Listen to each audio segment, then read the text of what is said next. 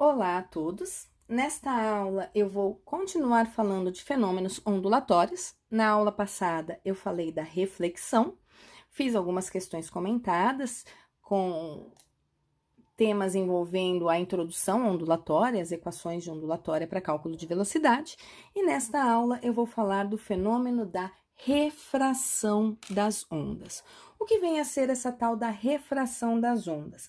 Nós vimos que na reflexão uma onda atingia uma superfície e não penetrava nessa superfície, ela não atravessava essa superfície e ela permanecia no mesmo meio onde ela estava. Ela incidia e voltava, ou em fase ou em oposição de fase.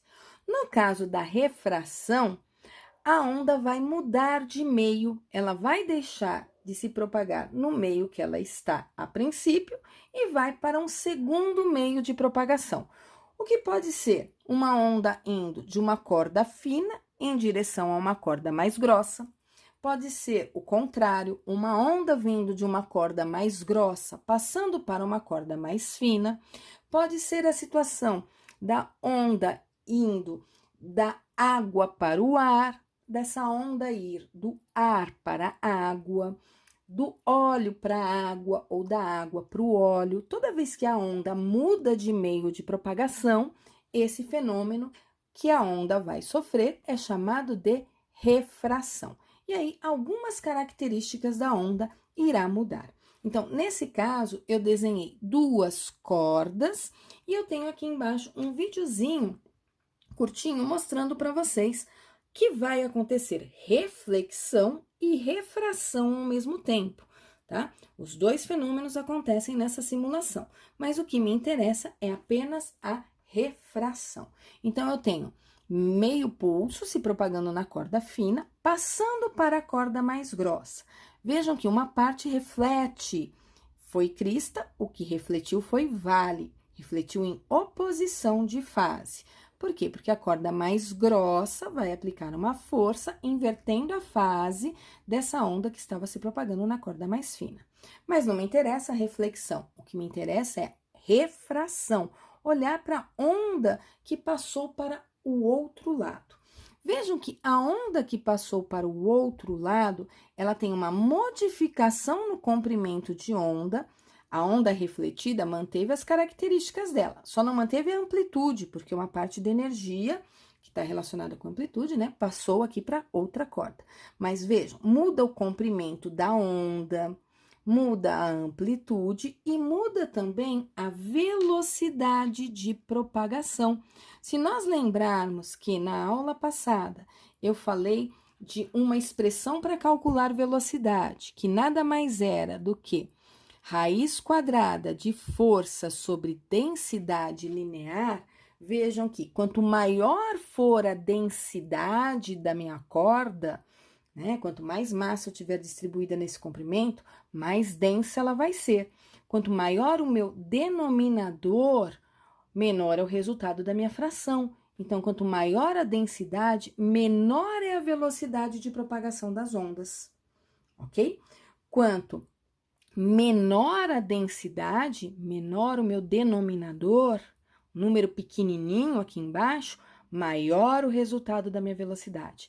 Quanto menos densa for a minha corda, mais rápido a energia se propaga por ela, tá? Então, aqui eu consigo relacionar densidade e velocidade. Se eu lembrar que velocidade também pode ser calculado como lambda vezes a frequência, eu tenho que pensar o seguinte: frequência é o número de ondas que eu tenho por intervalo de tempo.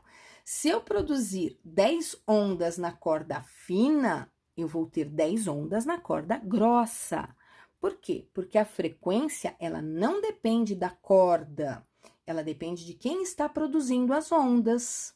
Então, se a velocidade da minha onda mudou porque eu estou em densidades diferentes, ao mudar a velocidade, eu mudo o comprimento da onda, ok? Velocidades maiores vão me dar comprimentos de ondas maiores. Velocidades menores vão me dar comprimento de onda menor também, ok? Já que a frequência não vai mudar. Frequência é o número de ondas que eu tenho por intervalo de tempo. Uma onda aqui, uma onda desse lado, ou melhor, né? Meia oscilação completa, meia oscilação desse lado. Vejam o comprimento de onda, eu vou tentar congelar a imagem para vocês, ó. Vejam aqui na minha figura, se eu conseguir desenhar aqui sobre o vídeo, isto aqui é um lambda na corda, lambda sobre 2, né? Porque metade de uma onda. Ó, isso aqui é um lambda sobre 2 na corda fina. Olha a amplitude que eu tenho aqui. Como uma parte da onda refletiu, a amplitude não se manteve. Se ela também não tivesse refletido, também não ia se manter, porque o comprimento de onda mudou. Agora, olha o comprimento de onda que a gente tem na corda grossa, o meio comprimento de onda. Olha como ele modificou. Aqui ele era tudo isto, ó. Olha como aqui ele ficou menor. A amplitude aqui, e olha o que aconteceu com a amplitude aqui, ó. Ela deu uma diminuída, não era para ela ter diminuído, né? Ela só diminuiu porque eu tenho uma onda voltando. Se eu tenho uma onda que tem isso aqui de distância, meio comprimento, e eu não tenho reflexão, se essa minha onda diminuir essas distâncias aqui, o pico dela fica mais alto, a amplitude dela aumenta. Por quê? Se eu imaginar que essa área que representa a quantidade de energia que eu estou transportando, se eu não tenho reflexão, se eu não tenho atrito, a quantidade de energia não muda. Mas se eu mudei o comprimento de onda, a área tem que continuar a mesma, né? A quantidade de energia que eu tenho aqui representada através da amplitude tem que ser a mesma. Então, a área que eu tenho aqui tem que ser a mesma área que eu tenho desse lado. Então, se eu diminuir o comprimento de onda, automaticamente a amplitude vai aumentar. Nesse caso, não aumentou, porque eu tenho aqui uma parte da onda sendo refletida. Então, a refração é quando a onda muda de meio, deixa de estar na corda fina, passa para a corda grossa, ou deixa de estar na corda grossa e passa para a corda mais fina. Tanto faz. Eu vou apagar os meus rabiscos para poder mostrar aquela figura e comentar com você. Rabiscos apagados, vamos mostrar aqui essa figura, que também mostra uma situação de refração. Aqui seria uma representação, por exemplo, de uma piscina. Eu tenho uma parte mais funda e eu tenho uma região mais rasa. Tem um degrau aqui no meio, ó. Aqui eu tenho mais água, um volume maior, então eu tenho uma densidade de água maior, uma quantidade de água maior, e aqui eu tenho uma quantidade de água menor. Representado em duas dimensões, aqui tá o meu degrau, ok? Que é a superfície que está separando a parte funda da parte rasa. Portanto, eu vou ter refração aqui. E aqui eu tenho uma haste que vai bater nessa superfície, produzindo ondas. Se essa haste bate nessa superfície produzindo ondas, deixa eu ver se eu consigo desenhar aqui raios de onda, né? Essas ondas estão vindo nessa direção aqui, ó, e elas vão passar da parte funda para a parte rasa. Se eu fosse desenhar as ondas planas, linhas pontilhadas, vales, linhas cheias, cristas, aqui eu teria as minhas frentes de onda, né, sendo representadas, e aí ela tá indo de uma parte para outra. Acho que eu tenho uma simulaçãozinha sobre isso, tenho sim, ó. Aqui nessa simulação, eu vejo as frentes de onda, tá? Passando de um meio 1 para um meio 2, e olha o que acontece com essa frente de onda. Essa parte que está aqui atinge a superfície primeiro, então ela sofre uma refração primeiro, tá? Essa parte aqui de cima, como ela chega depois, ela está sofrendo a refração num tempo diferente. Como aqui o meu meio 1 ele é menos denso do que o meio 2, a velocidade de propagação na onda 1, ela é maior do que a velocidade de propagação na onda 2. E aqui eu tenho as frentes de ondas representadas. Aqui eu vou representar com raios de onda.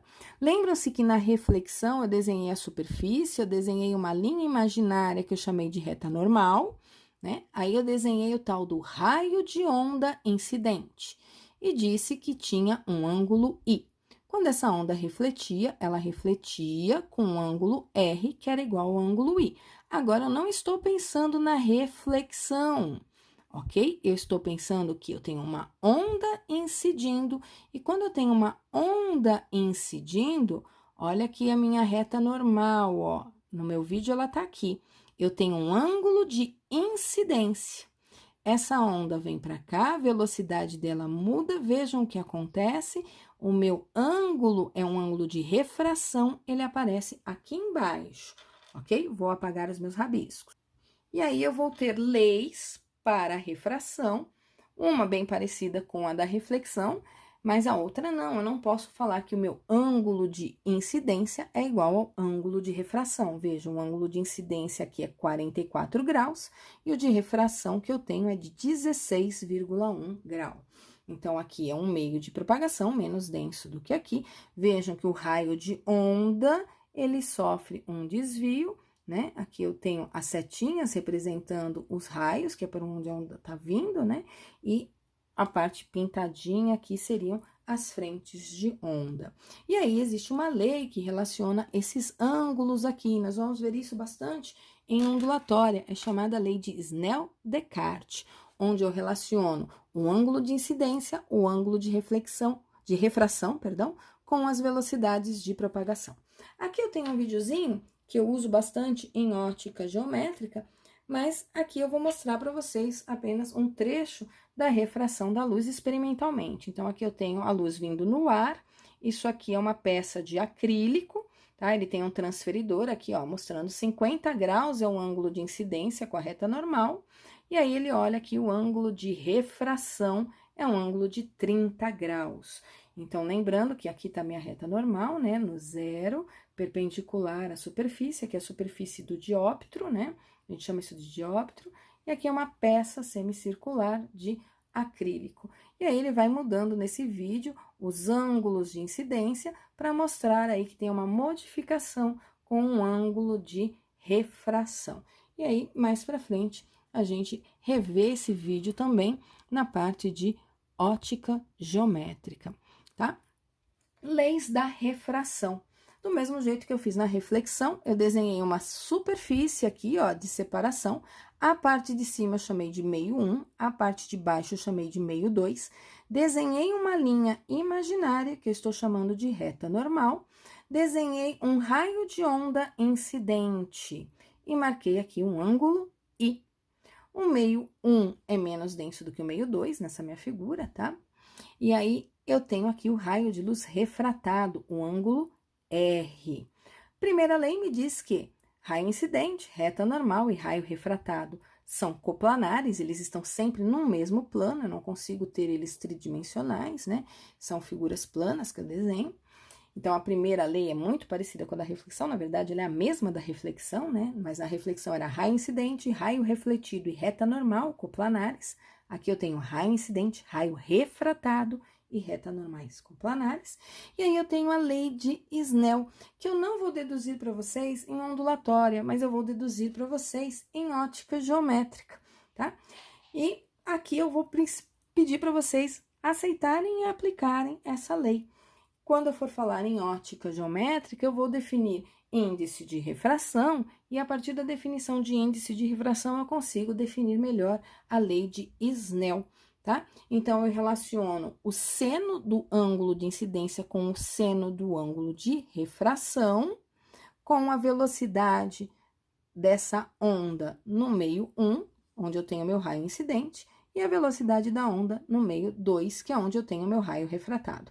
E por que isso virou lambda 1 sobre lambda 2? Porque se vocês lembrarem, nós sabemos que V é lambda vezes F, então, isso aqui seria lambda 1 vezes a frequência no meio 1, aqui embaixo essa velocidade seria lambda 2 vezes a frequência no meio 2, mas a frequência não muda, porque a frequência não depende do meio de propagação, a frequência depende de quem produz as ondas.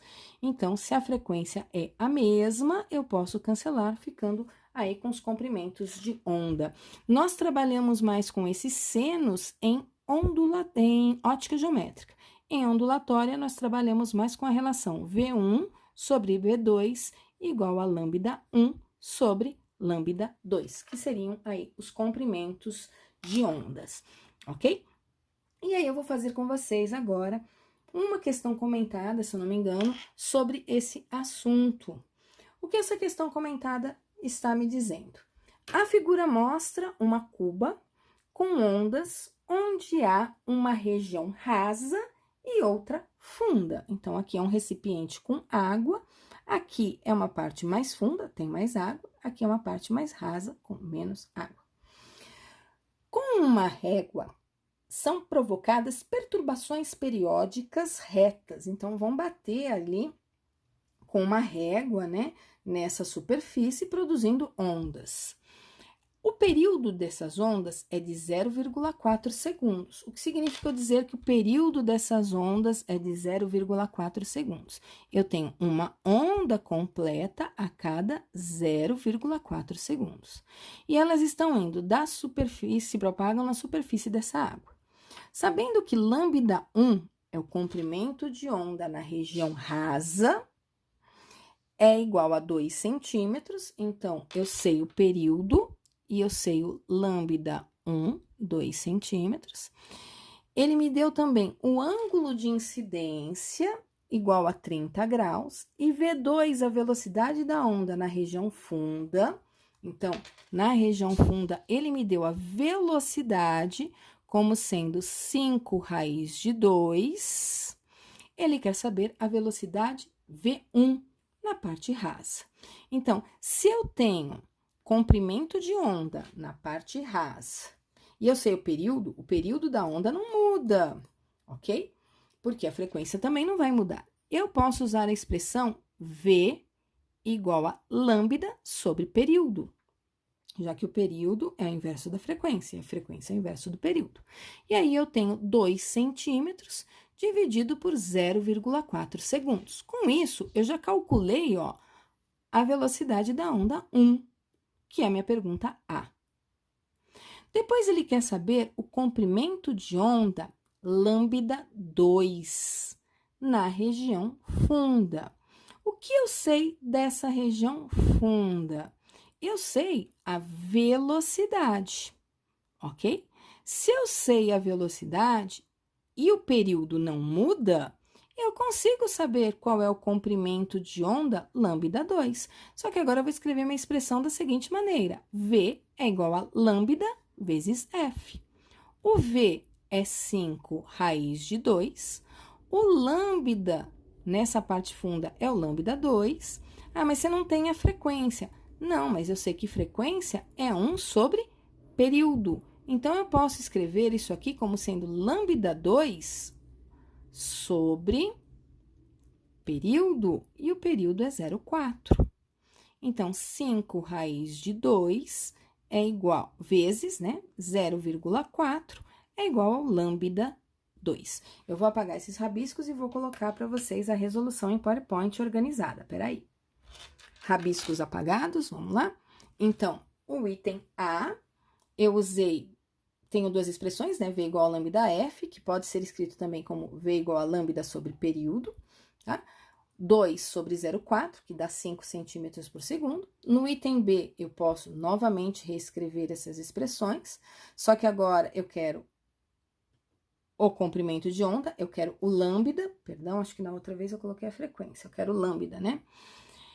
Eu sei que o t está dividindo, eu passo para o outro lado multiplicando, então, o comprimento de onda é a velocidade vezes o período, 5 raiz de 2 vezes 0,4, o que vai me dar 2 raiz de 2, 0,4 vezes 5 é 2. Unidade desse comprimento de onda está em centímetros. Como é que eu sei que ele está em centímetros? A velocidade aparece aqui para mim em centímetros, ok? E para encerrar, ele quer o ângulo de refração R. Que ângulo de refração é esse? Ele me deu uma segunda figura, ó. Aqui ele me mostrou os raios de onda vindo da superfície rasa, em azul, tá? Ele não desenhou o raio de onda, ele desenhou só uma representação, ó, mas aqui seriam meus raios de onda. Aqui seria a minha reta normal, perpendicular à superfície, aqui, ó. Isso aqui é a minha superfície de separação, tá? Essa reta aqui, aqui estaria minha reta normal. Ele me deu um ângulo, que é um ângulo de incidência de 30 graus. Então, este ângulo aqui vale 30 graus. A onda entrou na superfície funda Então, aqui seria o ângulo R. E aí, ele usou a lei de Snell. Seno de I sobre seno de R é igual a lambda 1 sobre lambda 2, ou V1 sobre V2, tanto faz. Seno de 30 nós sabemos, seno de R não. Mas nós sabemos quanto vale os lambdas, ou sabemos quanto vale as velocidades, tá? Daí, eu vou chegar na seguinte conclusão, olha. Pensando aqui, vamos chegar nas conclusões que a gente precisa. Chegando nas conclusões. Seno de I sobre seno de R igual a 2 sobre 2 raiz de 2. Da onde veio esse 2 mesmo? Esse 2 veio daqui, ó. Da onde veio esse 2 raiz de 2 mesmo? Ele veio da minha resposta do item B. Eu posso multiplicar cruzado, né? Ou então, eu posso simplesmente isolar esse seno de R, que foi o que essa resolução do PowerPoint me apresentou. Seno de R, ok? Ele vai ser quem? O seno de 30 vezes 2 raiz de 2, ou simplifica já, ó, 2 com 2. Então, seno de 30 vezes raiz de 2 vai ser o meu seno de R. Seno de 30 é meio, então, eu fico com seno de R igual a raiz de 2 vezes o seno de 30, que é meio, que vai me dar raiz de 2 sobre 2. Qual é o ângulo R, cujo seno vale raiz de 2 sobre 2? É um ângulo de 45 graus. Para não ficar tão confuso, talvez tenha ficado confuso aí para vocês, eu vou reescrever de novo, ó. Eu usei a lei de Snell. Seno de I sobre seno de R é igual a lambda 1 sobre lambda 2. Poderia ter usado V1 sobre V2. O ângulo de incidência na superfície 1 estava no enunciado, era 30. Então, eu fiquei com seno de 30. O ângulo R eu não tenho, mas eu vou deixar aqui, ó, seno de R. Lambda 1 eu peguei do enunciado, os 2 centímetros.